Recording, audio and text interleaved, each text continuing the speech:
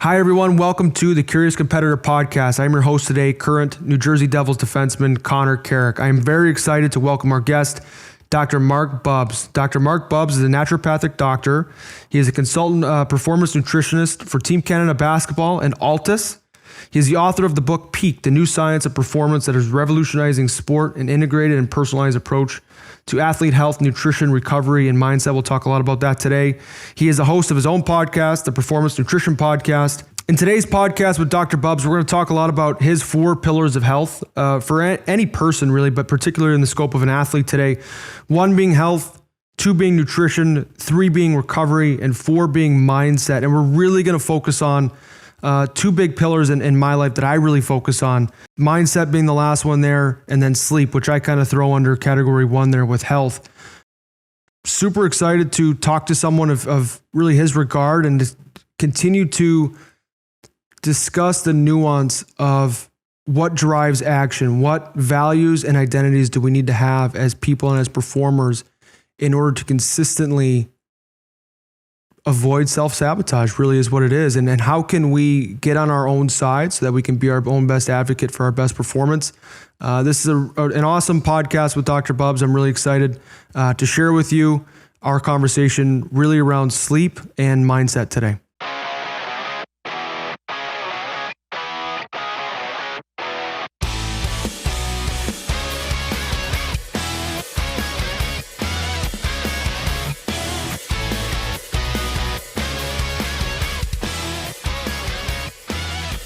Dr. Marc Bubbs, thanks for coming on the Curious Competitor Podcast, man. I'm excited to talk. Appreciate it, man. Thanks for having me on. I had Charlie Weingroff on recently, and I'm going to get Sam Gibbs down here soon. They both had high praise of you. Sam literally said, here, let me get it here. I got a lot of dirt on both of them, so that's why they give me compliments. Yeah. You forced their hand. He said he knows a lot about a lot, which is why I love him. So you were a strength coach turned naturopathic doctor. That was kind of your career path? Yeah, I mean, university, I wanted to go into medicine and during that time got really into nutrition. And this is back in like the late 90s. And you're asking around about how we use nutrition in medicine and you got a lot of blank stares. And so, with that, it's like, hey, how am I going to apply this? So, at the time, like a lot of people, you just take a year off and that turns into 3 or 4 years off. And then all of a sudden when I came back, I was like, all right, well, in Canada, obviously in the US, we got, naturopathic medicine, you can use nutrition. And then from there, I did a master's in sport and exercise nutrition. So kind of bringing that holistic mindset to performance, right? Well, I think that in the scope of our podcast today with our listener, if we can, you can share and go on at length about any of the first, the 4 pillars of health that you identify in your book, Peak, whichever one you want to start with. You've got the 4, what are they listed as? Health, nutrition, recovery, and mindset. And then what I'd really like to tease out, if we can, is some of the personal stories to, I guess, highlight the power of these individual pillars. And because what I'm always interested in as an athlete is, what is your greatest success story? Like, give me the anecdote of the player that or person that was able to internalize everything that you've taught them and really make the greatest incremental gain. Because that's what I'm after. I want the big ones, the big changes. Yeah, there you go. I mean, I think it all starts even with I talk about our sports psychologist, Dr. Peter Jensen. I mean, the fastest way to connect with another person or to connect with an athlete is through emotion, right? Like we all think we're rational people, right? We're making these logical decisions all the time, but 90% of everything we do is based off emotion. And so this is where it's, as you mentioned, as an athlete, I mean, we're trying to channel these emotions, right? Not suppress them. And this is how we can connect with people, and sharing stories about how something helps someone is actually an easier way to explain something than it is to tell them all about, the biochemical or physiological benefits of something, right? A story is a nice way to say, hey, like for sleep, for example, you go back to like 2008, 2009, Roger Federer starts digging into some of the sleep research and applying it to himself. And all of a sudden the guy's recovering better, feeling better. And as the story goes from some of the researchers back then who were working in and around him, that, it was such an impact on him. He didn't want to tell anybody else what he was doing. Right. It's like, this is a performance edge. Right. And so, I think those things help, especially when you're communicating with athletes. I mean, when it comes to someone like yourself, an athlete telling another athlete something about nutrition can often increase compliance compared to even a practitioner telling them, right? And so it's, how do you go about relaying your messages to the people you want to influence? Because at the end of the day, we just want the behaviors to move in the directions we want. We don't necessarily have to be the one who's giving them the piece of paper and saying, hey, do this. If we can actually make it so that it seems almost like the person came up with it themselves, that's the best way, right? Because you feel like you had a real piece in it. And then that way, the athlete really takes it to heart, and all of a sudden, it's not something on the to-do list. It's like, hey, this is just what I do every day. This is, I get this much sleep. I got my sleep routine down and all those types of things. And, that's why, for myself working with athletes, and these days, of course, in the last 10 years, the sleep research has really blown up. It's a great place to start, because whether you're an athlete, whether you're on the performance staff, a coach, whether you're just a parent or somebody working, trying to improve their health, I mean, just getting more sleep is a huge part of the story. And this is coming from someone with, 3 kids under 7. So like we talked about before, once that starts happening, you start losing sleep. And this is when you realize, okay, well, how are we going to then tinker with things? Because we can't just get this automatic 7 or 7.5 or 8. Now we got to be more strategic with how we can try to get those sleep hours in the week, or even, in a solid night's sleep. Yeah, when I think back to even probably for me, the best peak of my career in terms of sweet spot where all my routines felt super integrated, and it was really easy. It was post-trade. I was in Toronto. I just got sent down with the Maple Leafs and was playing in the Calder Cup finals with the Marlies. And I was in this hotel, my dog who's barking in the background was gone. My wife was still, on the other side of the trade in Washington, going to work every day. And I think I was getting down for like 9.5 every night. And What it was for me was an amplifier. Like, it was the perfect, you can talk about one, eat right. Well, you definitely have you're more subject to the sweet tooth when you're on like 5-6 hours of sleep, and all of a sudden, you're at, your day's end, and you're looking in the freezer for something. We know so much about strength training and what a stronger athlete is able to do, for the, towards their top of their performance. Well, sleep's sort of like an amplifier for that. What are some strategies that you'll use, for different athletes from, young pros like myself? I'm 26, so I still think I have, room to grow and continue to integrate this stuff. And versus all the way down to, maybe the youth player who's listening to this. Well, I'll tell you what, a nice place to segue this conversation is this recent study came out showing, it's called nomophobia, which is now this new definition of fear of going to sleep without your phone. So in college students, 70 to 90% of college students have nomophobia, right? If their phone's not next to them when they're going to bed, they have, feelings of anxiety. And so we're really changing the way that we respond, our daily routines and our natural evolution with this device, which obviously does a lot of great stuff. Hey, we're talking on a podcast here. This is amazing. But I think this is where from, a young age, or even when you're in your teens or 20s or heck, 30s, 40s, we got to start trying to change our behaviors around some of this stuff, because it's going to seem like your sleep's fine. People are texting and emailing and social media before bed, but we know it's having an impact on things like sleep quality. And so, this is where, how do we start to say, okay, well, we're going to put the phone away at a certain time, or we're going to put it over on this side of the room. Little things that seem sort of innocuous, but when you start to add on and layer on those benefits, you start to get a pretty big bang for your buck. So I think that's a good place for a lot of people to start. And, if you don't have your phone with you and you start feeling a little bit anxious, that's probably a little bit of a sign that we can, start to maybe do a few things to support that, right? But yeah, I went and got myself one of these Oura rings, because I felt like I was one of those guys where, how'd you sleep last night? Yeah, I slept pretty good. I slept fine, and then you start looking at these sleep scores and it's like 70, 80, and I'm not even on the road. I got this right before COVID hit. So, kind of right as, we were really sitting at home, and I couldn't believe like how much work and preparation it took before bedtime to get into that place where I could actually get to sleep, stay asleep, get to a depth of sleep that I was desiring. Oh yeah. My sleep routine probably starts at I would say it starts with dinner time. Like if I can keep dinner time to last bite of food before 6:30, I'm on the right track. If we're sitting down for dinner at, your standard sort of 7 o'clock here in North America, it's really hard to get, down and asleep by 10. Well, and as an athlete too, I mean, you're playing night games, right? So how does that change for you when you guys are, you're playing a game at 7 p.m.? How does your sleep routine change there? In season, what I go with is a full out, throw everything at the wall and see what sticks. I try to get 90-minute cycles in as often as I can.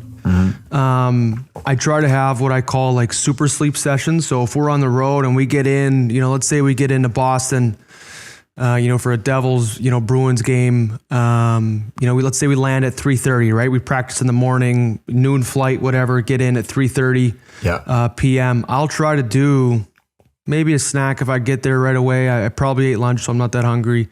Probably do a 5 o'clock dinner, eat with the old people and try to like be asleep by 9:15. And then because we're on the road, so this is kind of how I get ahead of it. Because we're on the road, we always have the later pregame skates. So the home team, I think it's at 10:30, and then usually the away team pregame skates at 11:30. Yeah. So I mean, we're not busting over till 9. And breakfast and everything's just right down, on floor 2 or whatever. So I'll throw my suit on, go grab breakfast. I'll wake up at 8 a.m. So if I can get a 9:15, 9:30 sleep shit session all the way down to 8 a.m., like I'm laughing. Yeah, I mean, it's a great strategy to try to kind of bank a little bit of sleep when you can, because some great research by a guy named Dr. Ian Dunican out in Australia is showing that, the night before a game, athletes will often have compromised sleep quality, right? You got a bit of nerves and excitement and all that type of stuff. And then the night of a game, you might be having a pregame or caffeine or things like that. And of course, that's going to bleed into your sleep time. So you're basically trying to dig yourself out of that hole throughout the rest of the week. And, those are in sports where they play once a week, like rugby or, American football. Whereas, you guys, ice hockey, basketball, you're playing multiple games a week. So you're always trying to dig yourself out of that little hole, right? And it's tough over the course of a long season. I mean, you guys must start to feel it as you get towards the back end, right? Yeah, we do. If you look around a locker room after 10 NHL games, there really is an impressive, it's daunting. You got 70 something left and more if you want to play in the playoffs. And, I think the big one that you mentioned there was the caffeine pre-game. I think it's pretty common to have the coffee habit, and I'm super caffeine sensitive. So I've really tried to negotiate. Big coffee fan, but I've tried to either go decaf or with something like matcha, a little bit lighter in caffeine load. But I don't know. Every year I feel like I say this is the last season. I'm gonna be superstitious for sure, and then all of a sudden I'm wearing the same. And every year you're back. Same tie. And every year I'm back, and every year I say I'm gonna kill the caffeine. So I'm gonna, I'm accountable now. It's on tape. So we'll see. Yeah, it's all about finding the right amounts too, and depending on what time you go to bed in season. I mean, it's tough, isn't it? I mean, you get a creature of habit. You don't want to. Baseball players the same way, man. I grew up playing baseball. You don't step on those lines when you're crossing into the field. God knows what'll happen. Those baseball players, I think, invented superstition. Yeah, exactly. I think I played baseball growing up, and those guys were savages with their stuff. Like they made us hockey players sound normal. Really is what it is. Oh, for sure. So in terms of sleep is beyond important. Do you have any other horrifying stats on performance in terms of sleep loss? Any quickies?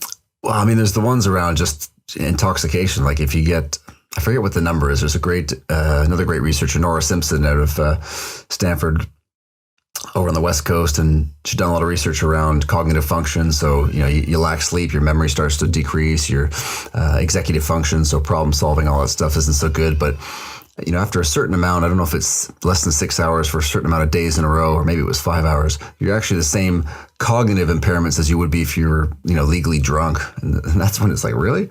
It's like to that level of impact. And so they've got these studies even on like dart, we talk about athletes, professional dart players, still qualify as athletes, and less than 5 hours of sleep, you can actually see serving accuracy, dart accuracy is impaired. You see tennis players' first serve accuracy impaired. So it's kind of the little things that, those nights where you go out and, if you're a basketball player, your shot just doesn't feel the same. It's, it's not going down. Or if you're an ice hockey player, the puck just doesn't feel the same on the hands. Like those are those small margins that over the course of, half a season, full season, getting to the playoffs, all that stuff starts to matter, right? Well, that's how I think of when I'm trying to integrate something into my performance, whether it's a new skating technique or, really trying to nail my one-timer all the way down to nutrition habits. High performance is reflexive. Like you don't have time to think about it out there. If it's not totally integrated, so in our game, Patrick Kane, for example, is the bona fide, best puck handler in the world. That puck is not even, if he's got 100% of his brain capacity, I'm not even sure 1% of it is awarded to trying to maintain location of that puck, which means he has so much more of his wherewithal to identify obstacles, to maintain speed, to worry about his skate. It really is impressive. And that's where the sleep game, I think, comes, so close. It's so much a part of it is that you're always going to work hard. You're always going to train hard as an athlete, but it's like, that's what gives you that gas in the tank. It's what makes the hard day feel easier in comparison when you come back to the same training exercise or whatever, time and time again.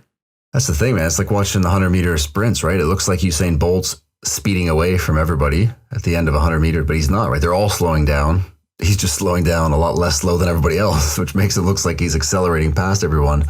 And that's like it is for you guys. And basketball's the same. We just got through the bubble in the NBA playoffs. Like you just gotta, try to decelerate as the least you can, and then everybody else, the pack just starts to fade. And guys who are, you look like a guy like LeBron. I mean, it's no accident that guy's working on his body and the nutrition and the sleep and everything else. And at 35, I mean, 35, 36. He's like Megatron. It's crazy, right? I mean, he might play till he's 50. He might play till he's 50. I mean, him and Nadal winning on the same weekend. I mean, Nadal is the same, right? You see great talents, but you see this work ethic that's, ridiculous. I mean, to only lose twice in a decade and a half at a tournament, it's pretty good, right? I played for Mike Babcock in Toronto, who you might know just from, spending some time there. He's got a big name, and he used to have this, I don't know if it was like a saying or story, he would talk about training camp where he would sort of challenge, or maybe it was a development camp. I listened to him talk at a video, and he was talking. Yeah, that's what it was. He was talking on YouTube to like a development camp group of prospects, and he's talking to them about how hard you got to work, and how hungry you have to be to try and steal a spot in the National Hockey League. And he looks at the kids in the eyes. He's a really strong public speaker, and he's like, because they feed their families with that job. That 35-year-old who's got 600 games, he wants 1,000. And there's no way he's going to give you the next 400. Like, these are grown men trying to protect their legacies and their quality of life. You better mean it when you step on the ice for main camp against some of these guys. And these guys won't go easy into that night. The Federers and the Nadals and the LeBrons, like they want to keep the hard work for themselves. Especially when they got that kind of pride. And it's funny you mentioned Babcock, because that was one of the stories I shared from Jensen, who talked about Babcock in the 2010 Olympic Games and talking about pressure, right? And it's like, pressure is a privilege, right? All the guys who aren't in this dressing room getting ready for the gold medal game, they've got no pressure, right? So what do you want? No pressure, or do you want to be in the changing room for the gold medal game, right? And it's amazing how, I'm sure obviously the work that you guys do, that mindset piece of just flipping things on their head and saying, "Oh, this is why we're here. This is what we're doing it for," and really embracing it. Because I mean, even at the highest level, we talk about sports like golf or tennis, where there's so much, you talk about reflexive. Well, those sports, there's so much time to think about things. Like you go between shots. I mean, you just have a chance to just go over and over. And so it's amazing that, you could see the young golfers coming through now, all these young talents that, used to have to be 30, 35 before you could actually win consistently on the PGA Tour. Now you got guys who are 19, 20, 21, right? Because they're committing to that kind of stuff from a really young age. And it's amazing to see, you see a guy like Bryson DeChambeau who comes out and decides to change the length of his clubs. He puts 40 pounds on because he's done the math. And he figures out that, well, if I hit it longer, I'd rather have a pitching wedge out of the rough than a 6 or 5 iron. And I mean, credit to him, man. 40 pounds, 20 pounds of muscle, hitting it 40 yards past guys at the U.S. Open. And It just goes to show you there's different ways to do it. And it's amazing to see, this kind of sleep, nutrition, recovery, training, all these things you can really maximize now to leverage that performance. Well, when I think of your 4 pillars, health, nutrition, recovery, mindset, like the two, and I'll throw sleep in the health. Maybe it's in the recovery, but I would say sleep and the mindset to me are the two that I focus on most. Because when it comes to nutrition, I'm not sure you can eat your way to elite performance. You can definitely eat your way to bad performance without calling that, but you're not all of a sudden going to upgrade your nervous system because you pound a bunch of arugula. Like, it's definitely a favor, right? It's definitely a favor. But I also find with that one, there's going to be natural regressions to the means. There's going to be anniversaries. There's going to be birthdays, and maybe you're the type of person to pass those up. Maybe you're not, but they are oddities. Recovery wise, I couldn't believe, like in the Jordan documentary, this guy's playing 18 holes in between playoff games. I'm like, a round of golf is fatiguing. Right? I don't care what anybody says. I don't care if you're carting around. He took a cart. But when I think of mindset and sleep, those are really the two big ones because I've experienced it both ways, where I think I'm a pretty good player. I know I'm a pretty good player. I've slept poorly for nights on end. It's a tough road trip. Yeah. And I'm not as good. I'm not as good as I normally am. And instead of a dominant mindset, instead of I'm going to get after this game, you do go a little bit into, I'm going to get through the first 5 minutes, play safe, right? and get into the game, get into the flow of the game. You're not playing scared, but you're definitely playing safe, which is it's close, cousin maybe. Yeah. And then mindset, I think, is that other one. Like, I've played, I've gotten on the ice for games where, particularly when I was younger in my career, where I knew it was a big game, whatever. And I had just taken pregame skate like 4 hours ago. Hands felt good, feet felt good. And all of a sudden you get out there for the game and you're like, where was that guy 4 hours? Like, I don't feel like myself, I'm getting small in the moment. So when you take an athlete and you try and discuss some of these mindset topics, like, what is your goal in some of your athletes? And you can give a personal story. You don't have to use a name if you don't want to, but. Yeah, I think the interesting thing with these things is when we talk about them, we try to describe them as like, the sleep bucket or the recovery. But all these things are like loops that are all talking to one another, right? So, for example, sleep. Like, if you start getting less than 7 hours of sleep even, night after night, you're about 3 times more likely to get sick. And just getting sick derails your performance, right? Yeah. We know now in the research, just the symptoms that you get, scratchy throat, all that stuff, that's enough to start to derail your ability to perform. You sleep less than 6 hours a night, now you're 4.5 times more likely to get sick. So we see a connection to kind of immunity and recovery. But on the mindset piece, you don't get enough sleep, all of a sudden it's harder for you to disengage from negative thoughts. So to your point of like, I'm on the ice, I'm not scared, but I'm not as engaged. It's like we're not able to get into that same mindset, that same, the typical frame of reference that we have. And so all these things start interconnecting. The same with, on the nutrition side, like you mentioned, we're not going to make somebody an NHL player just by what we feed them. But amongst all the NHL players, with that same analogy of trying to get to the end of this marathon, we could certainly help with the things like the recovery, the immunity, glucose control, these things that help with really keeping you sharp so you don't have big highs and big lows. And, I think that's where it gets interesting because it is such a small, sort of small margins to take on. And with hockey, you guys are hitting each other, which increases the caloric demand too, which is often we don't think about, right? And how so? Because I know, I check my Oura ring and things like that for the caloric demand of a day. I used to take it off for games, and then I couldn't figure out why I was sleeping every night, and my recovery score said I was still in the 90s after. I'm like, well, because I didn't wear it for the entire, thing of tonight, but game of tonight. But how does impact sort of affect the caloric demands or nutritional demands, on the body? Because I don't think I know a ton about that. Yeah, it's interesting. There are a lot of the original research done on rugby players, right? So you got the big guys like in American football playing like a line, and then you got the wingers, the speed guys on the outside. And when they track the amount of ground they cover, you figure, well, these guys who are running around the outside are covering almost twice as much ground, right? So surely they need more calories.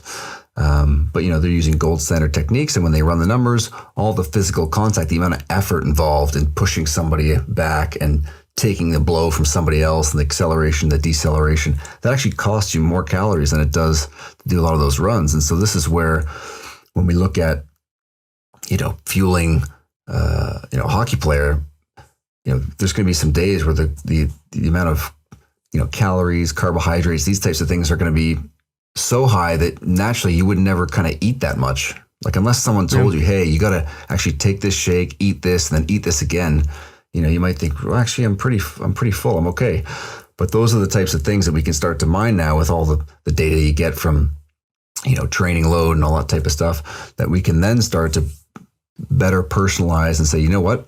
We're hitting a compressed schedule here. We got more games in a shorter amount of time, which means that you're not going to be able to replenish the carbohydrates in those fast twitch fibers, that ones that really make you explode. And so we're actually going to need to get 8 grams per kilo of carbohydrate, and to get that, this is where it's kind of nice for the chefs and for the players. Like, we got to eat dessert tonight, or we got to have this shake, or this, it's not bad to have, this is where sometimes, and we get this with chefs a lot, is they always want to have athletes eating clean all the time, which of course we want, a real food diet, but sometimes we need more calories and more fuel. And so if we're only putting broccoli on the fire, we don't have enough logs. We got to some days we got to load it up with other things. And so those are some of the nuances that come over the course of, a season. And because, elite athletes like yourself, the mindset is such that you can push through things. It becomes sometimes harder to flag, right? Because no one's going to say, well, I really feel, I'm feeling pretty beat up, where we just keep going and going, but we're missing some of these small pieces that can just raise the playing field a little bit, so that you do feel like you got that little bit of extra boost when you're trying to drop the hammer to, to pass somebody on a wing, or to play a back-to-back, or whatever it might be, right? Yeah, I think that's interesting. And it's something that I've even considered in my main camp training, because every player has gone through it, where you train all summer long. On a normal summer, you get 3 to 5 months, depending on your playoff, exit. Yeah. On COVID, you just get an infinite amount of time. You can just train yourself into oblivion. But besides the point. Yeah.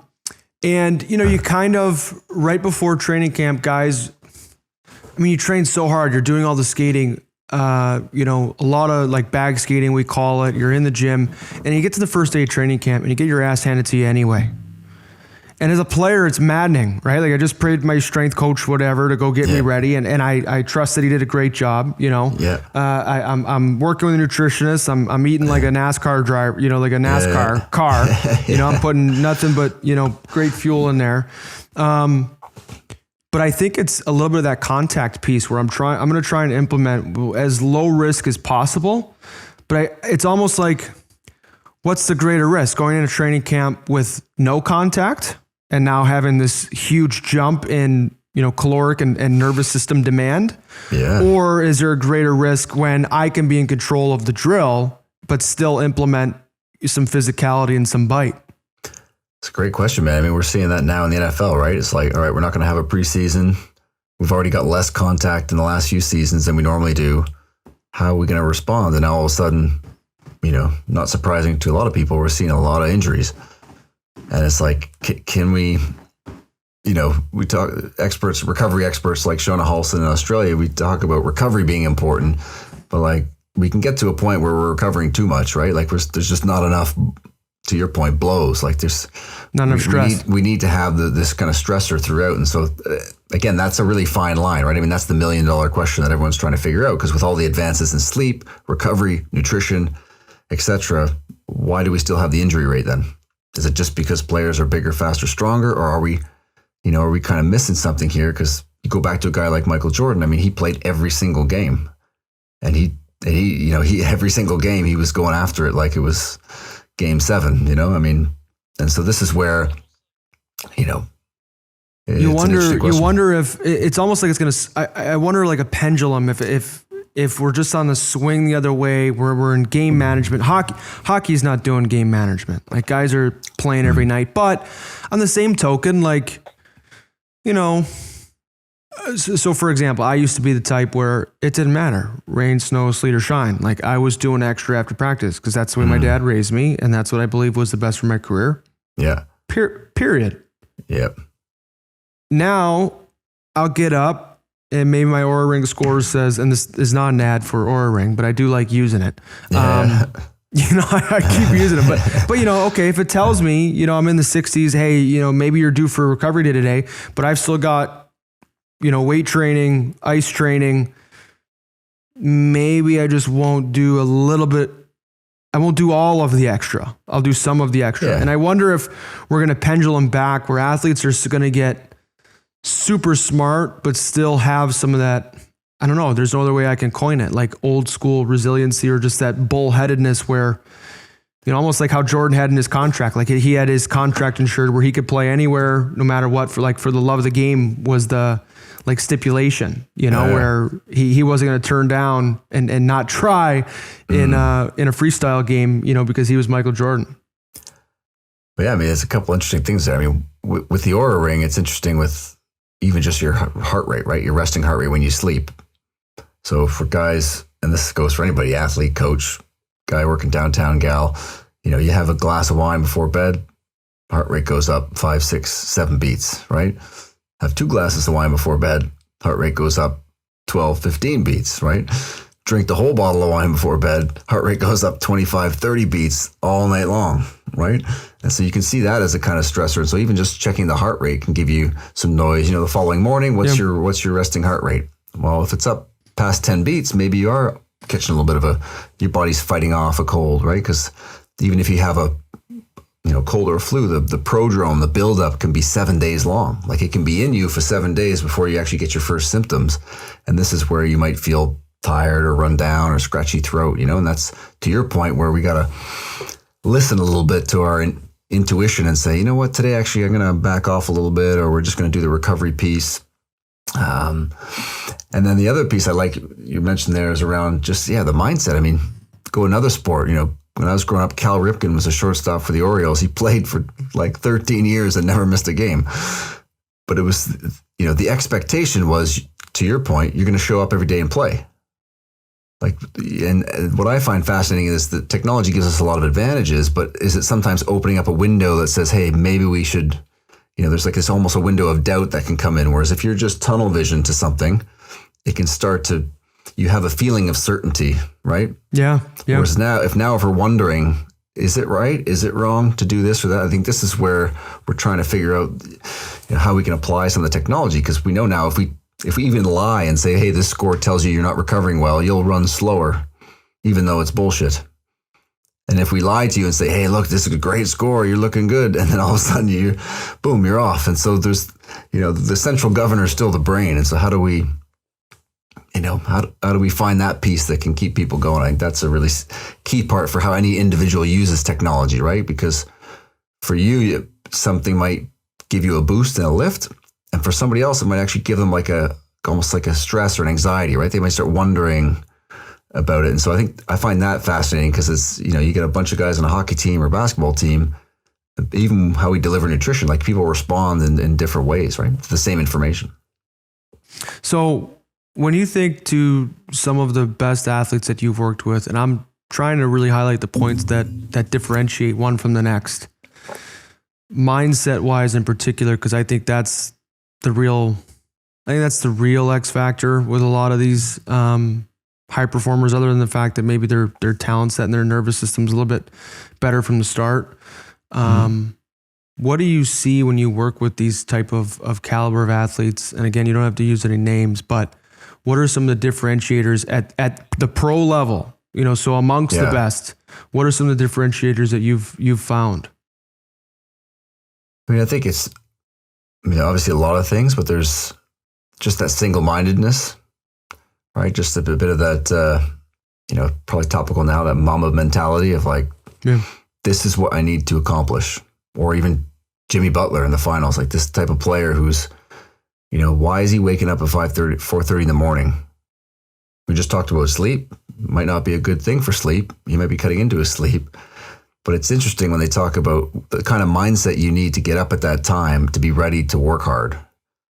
And how even the players on that team, I think he had a story where they're talking about one of the guys was staying at his place and he's staying up playing video games, right? It's like 9:30, 10 o'clock. And Jimmy says to him, I think they were getting up early. He says, 3:30 comes around pretty quick when you're playing video games, and all of a sudden he goes to bed at 11:30 or 12, and he's just ruined the next day, right? And so, now these other behaviors change. Guys go to bed earlier. There's an expectation. So I think that sort of that level of commitment to something where you're going to take it to that next level because you're already elite amongst elite, right? And so, that's one aspect. I think in other aspects you do see, in basketball in particular, it's a sport where if you're 6'8" and you've got a 44-inch vertical leap and you're pretty fast, I mean, you got good odds, right? I mean, the game's smiling on you.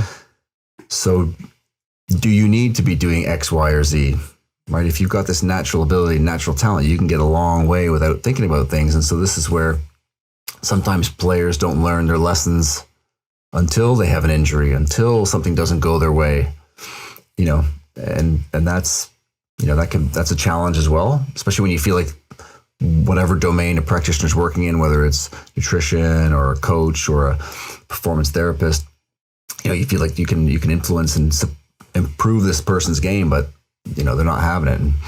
And I'd probably say the last one is on the side of things where we get, and this happens in any domain in life, where you start to make excuses for things. So maybe you have an athlete trying to make it to a certain level and they're looking for support, and something doesn't go their way, right?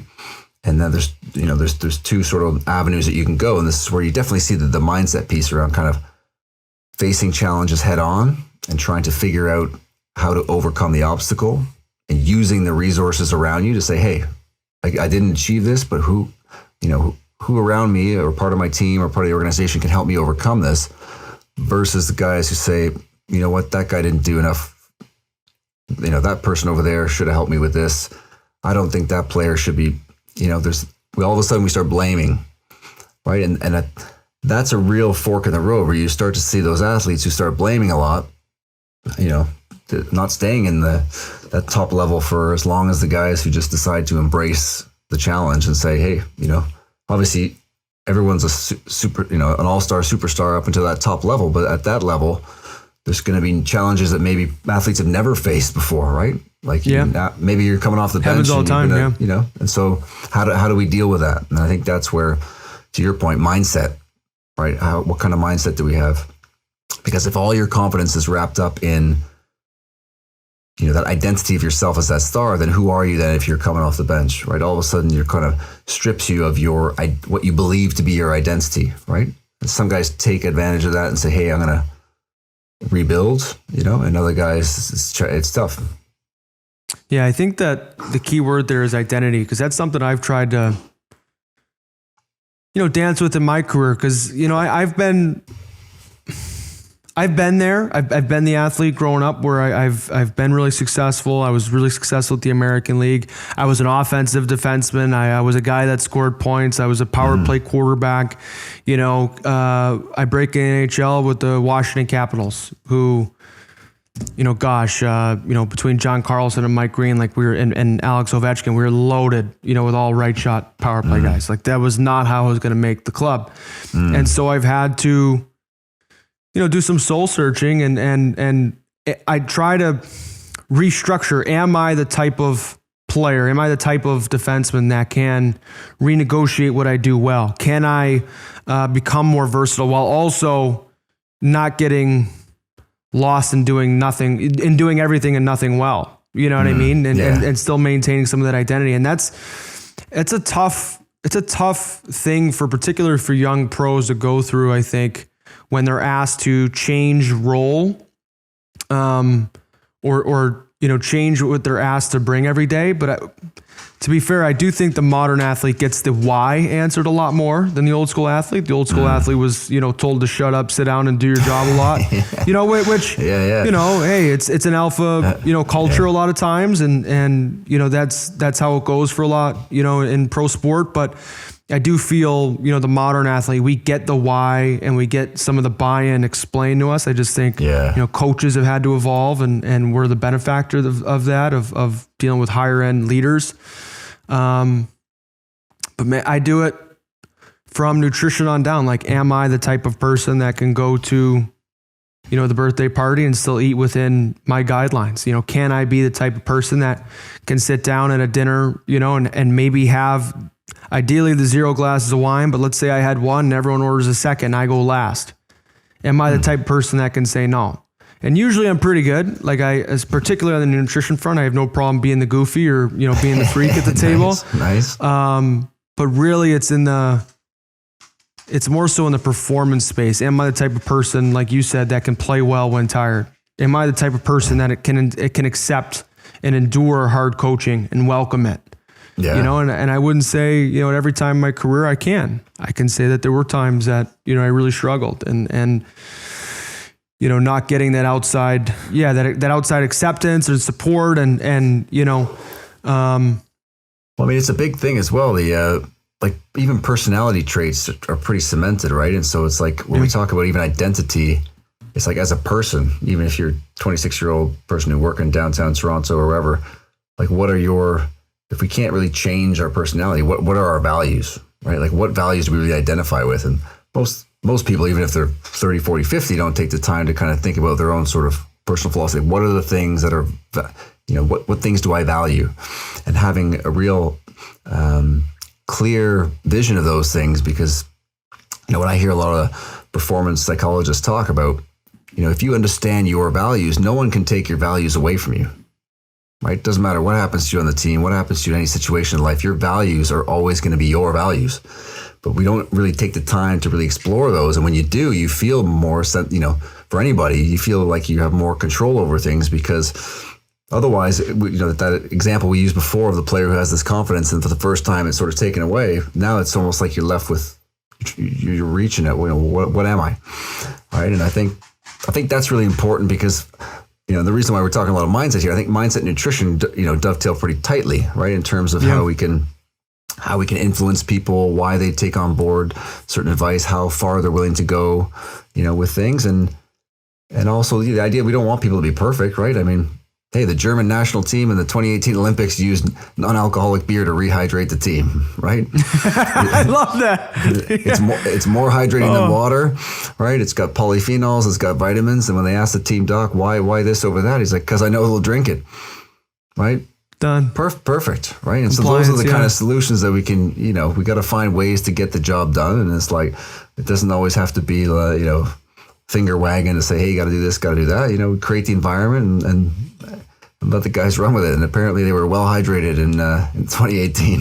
I love that. Yeah, I was one of the things I've tried to do in my career is go to learn where people might have a particular affinity or level of experience with something. So for example, when it comes to failure, we're talking about baseball earlier, like baseball is a game of failure. It's something you're trained as a kid. If you fail 7 out of 10 times, you're a Hall of Famer, right? Like that's kind of the famous cliche. Yeah. I forget the gentleman's name. I got to look back on Instagram. He's a sports psychologist for the Seattle Mariners, and he hosted a call with his guys, and they prompted the question, what is failure? In the course of a 162 game, normal season. I mean, gosh, that's pretty wide open when you think of it. And they left with the decision, with the thought process that failure is leaving the process that you have committed to, prior to adversity, that you wanted to stick with. It is just simply leaving what you knew in your right mind would give you the best opportunity at sustained success. And I was talking with my buddy, John Hayden, who just signed with the Arizona Coyotes the other day about this topic. And I loved it because that when I can think back to, healthy scratches in my career, to, surgical operations that I've had done. And, you remember, like, as an individual when you started to waver on that process, exactly what your intent was every day to get better was, and the exact moment that less than your best was given. Yeah. I mean, it's great. I mean, it's amazing how human it is too, right? When you go back thousands and thousands of years, what's the famous kind of Taoist quote, before enlightenment, chop wood, carry water. After enlightenment, chop wood, carry water, right? It's like either way, you're going to do it. So you got to really love the process, because that's, whether you're a huge success, whether you're fighting your tail off, if you love the process, you're still going to be doing that thing anyway, right? So it's a kind of a weird way to wrap your head around it, but it almost takes the pressure off in some respects, right? Because it's like if you really love the grind, it's the outcome is going to take care of itself. Focus on the behavior, focus on the thing you can control, right? Because outcome we can't always control. Like to your point, like, hey, coach is playing me, not playing me. We got different circumstances on the team. All those things are not within an athlete's control. So when you do think of, where you're at on the sports science side and the team that you're a part of, what do you think the future is for sports science? Because we're in the technology world, we're in the wearables, we're trying to track sleep, we're trying to get players to weigh their food. That's not always the easiest. I try to do it. It's sometimes a pain in the ass, but sure. But are you the type of person where it's a pain in the ass? Now it brings us full circle identity. But where do you think, what gets you excited about what's next for sports science and really what is human development, right? We're just trying to develop healthy, resilient, strong humans who happen to be elite in their respective, sports and trades.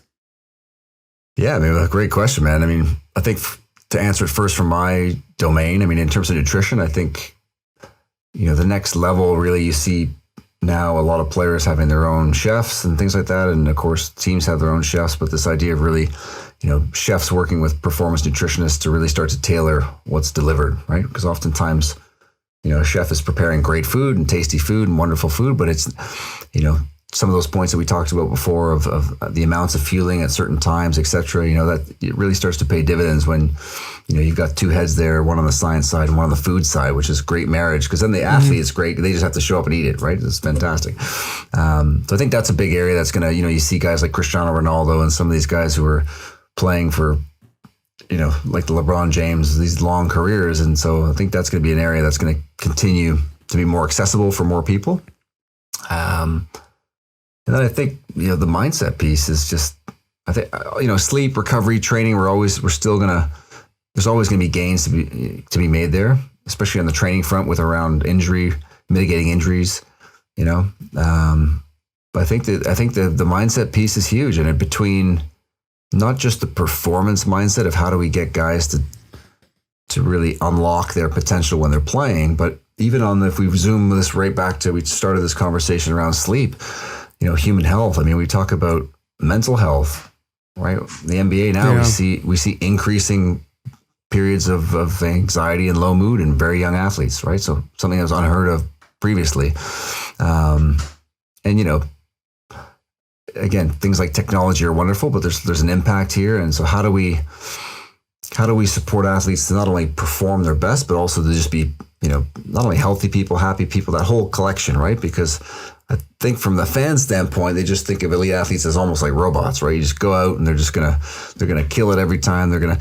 But at the end of the day, we know that, athletes are people too. And so how do we support all those areas so that guys can have, the kind of careers that they want? We see even in, the German national team last World Cup, when they won the World Cup, they had the young squad that looked like they were going to be, generations to come. And you got multiple players who decided to retire in their 20s.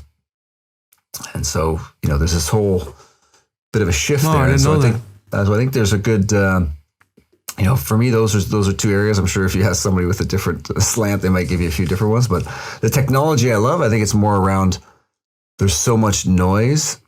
How do we find the right signal? How do we find the thing that's actually telling us what we need versus we can collect so many things now that it can create more questions than answers, and it can lead us astray. And so really honing in on the pieces for that individual athlete that are, these are the important parts for me that's going to impact the bottom line versus, collecting everything under the sun and then, going in too many different directions, right? And without really leveraging a lot of that information.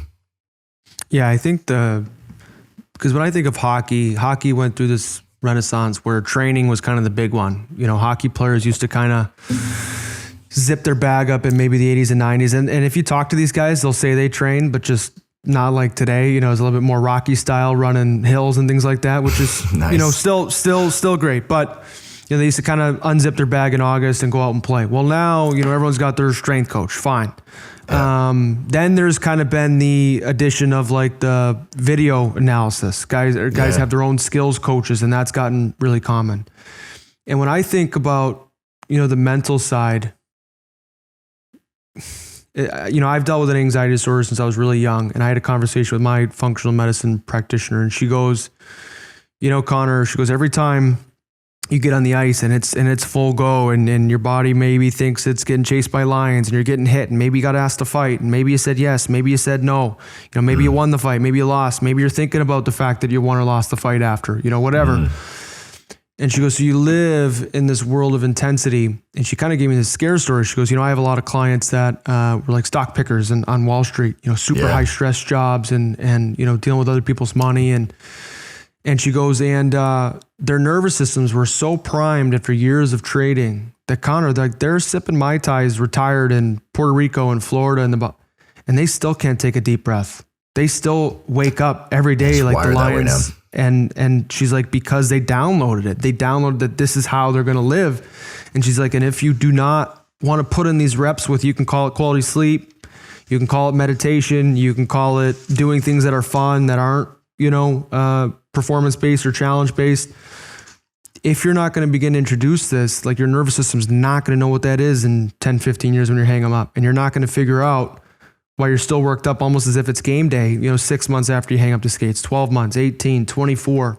And it was kind of she talked to me like a coach would, you better do this or we're going to, I'm like, wait a second, you better meditate, but it's she kind of gave it to me. It's a great point because, just going from that level to then back to, regular life of down here, when that's that steep a change, you see it in a lot of athletes in retirement, right? So it's a good point, not only for your longevity, but then, for health when you're finished your career and you want to land that plane nice and steady instead of, Well, and I think of even with the Last Dance, the Jordan documentary, and I keep using that because I don't watch a ton of basketball, but I know you've seen it, so it's common ground. It's common ground for us. But like, I love the mama mentality.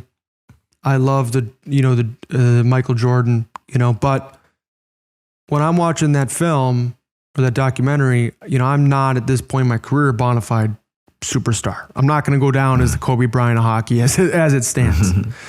But one of the guys that I really looked up to in that was Steve Kerr. And if that's what I think of the mental performance is, yes, to be that Kobe Bryant, you have to be built that way mentally. Michael Jordan, you have to have that stubborn will. But that also can show up in a different form with players down the lineup, with the depth guys, with the bench guys, in your lineup. Can they have that unwavering commitment to craft that the superstars do? And I think oftentimes those guys are even more mentally strong a lot of times in hockey for sure. But that's something that I've really tried to get competitive with. Like, can I be the most poised depth demon in the NHL? Can I be the most calm, player who's going to play 14 minutes tonight, not 25? Absolutely. And that's where you almost see things like emotional intelligence being more of a quality when we look at guys who are, supporting the team coming off the bench, because it's almost like you have to be even more perceptive of kind of the emotion of the team and where you're coming in and the kind of energy you're trying to bring versus that, when we're talking MJ or Kobe, they get to just stay in this lane that's there and they're going to get away with it because of their talent level. But, other players can't be doing that because it's not necessarily going to gel with when they're coming on the ice or coming on the court.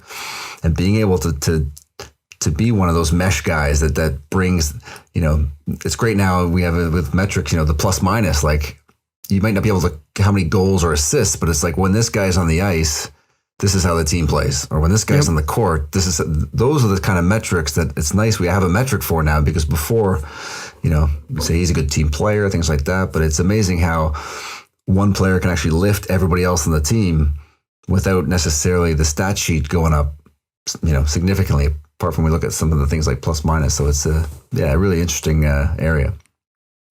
Yeah, I always love when people kind of bring up the superstar, story or anecdote. They're like, Kobe Bryant or Michael Jordan, he was 0 for 10 in the first half and he just kept going to the 3 because, they love that stubbornness. And I'm like, he kept going to the 3 because he's paid $25 million and they're not taking him off the floor. I'm like, go to the 5, 6, 7 guys on the court and see if they want to take that 11-3. They're going to find a different way to add value that night. They're going to go to the layup. They're going to go to something. That's the thing. It's more stressful for, like, even when you look at like big companies, right? The middle management has way more stress than the CEO because they don't know the information that's coming down. And same with when you're coming off the bench or you're a role player, like you said, like, I'm going to get my 3 or 4 shots tonight, but if I miss them, does that mean I'm not going to touch the ball again? Like then I got to decide how I'm going to take this next play. Like there's a lot more contextual appreciation that you need versus just that, like, hey, I'm going to put up my 30 anyway, whether I make them or not, That's awesome. I really like that. So Dr. Bubbs, I want to be respectful of your time. We got a couple minutes left. In terms of some of your pillars, when you first start working with an athlete, where will you be most curious on what you can implement? What's your first sort of intake oftentimes with an athlete when you get your hands on them? And then just, I guess anecdotally, like what gets you most excited about the job that you're able to do day in, day out? Yeah, with athletes, it's just, it's going over every area and really seeing where where some of the biggest gaps are, and it's going to be different for different players. Is a guy caffeinating through the roof and his nervous system shot and he's not sleeping well? Is somebody not fueling appropriately? We're trying to raise the playing field, rather than trying to make somebody excel at one certain thing in nutrition. It's like, how can we just raise the tide up high enough so that we're going to get a benefit across the board? And so by going through everything through, sleep, recovery, training, how they fuel, that gives us some insights. Of course, you can running, blood tests and things like that. It gives you a snapshot under the hood as well. And so from there, you can get a picture of, okay, we think this, these are the areas we can focus on to just, upgrade from that sense. Yeah. Helping people, right? This is where, whether it's an athlete, whether it's somebody who's trying to do a personal best or run their first marathon, whether it's somebody trying to reverse type 2 diabetes, taking somebody from, this is my goal, and being able to just support them through that to achieving the goal. It's awesome, right? As an ex-athlete, it's the closest thing you get to be to kind of getting that competitive fire of saying, hey, we take somebody from here, we support them to there, and then they get to, play a small role in that. It's great. That was awesome.